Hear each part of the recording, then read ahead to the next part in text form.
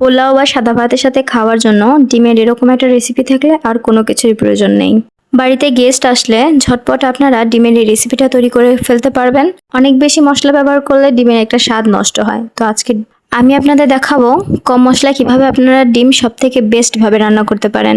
এখানে আমি ডিমগুলো নিয়ে এনেছি। 4টা ডিম আমি সেদ্ধ করে ছোট ছোট কুচি কুচি করে কেটে নিয়েছি। দেখতে পাচ্ছেন আমি এক সাইডে কেটেছি এবং ওইটারই অপর পাশে কেটেছি। পুরোটা কাটলে কিন্তু ডিমটা ভাজার সময় ভেঙে যাবে, তো অবশ্যই ভালো করে কেটে নিতে হবে। এরপর আমি হলুদ মরিচ আর লবণ মাখিয়ে ভালো করে 5 মিনিট রেখে দিয়েছিলাম, এতে ডিমের ভেতরে লবণটা খুব ভালোভাবে যাবে। এরপর তেল দিয়ে আমি এটা নাড়াচাড়া করে ভেজে নিয়েছি। তেল দিয়ে দেওয়ার সাথে সাথে এটা নাড়াচাড়া করবেন না, এক পাশে ভাজা হলে তারপরে উল্টে দেবেন।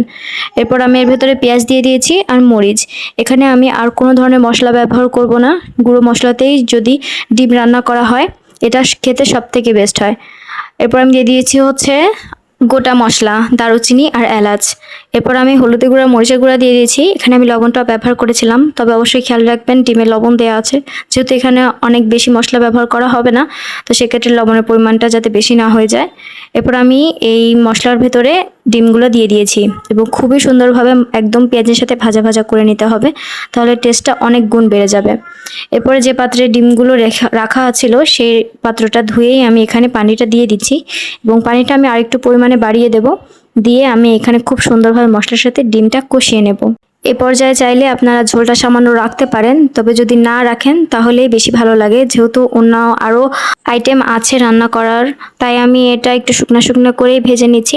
এটা আমার বাড়িতে যে গেস্টরা এসেছিল খেয়ে অনেক প্রশংসা করেছে।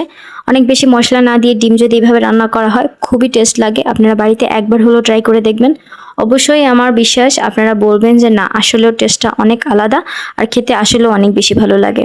এখন দেখতে পাচ্ছেন আমি খুব সুন্দরভাবে সার্ভিং ডিশে ডিমগুলো নিয়ে নিয়েছি এবং খুব সুন্দরভাবে এটা একটু ডেকোরেশন করে নিচ্ছি।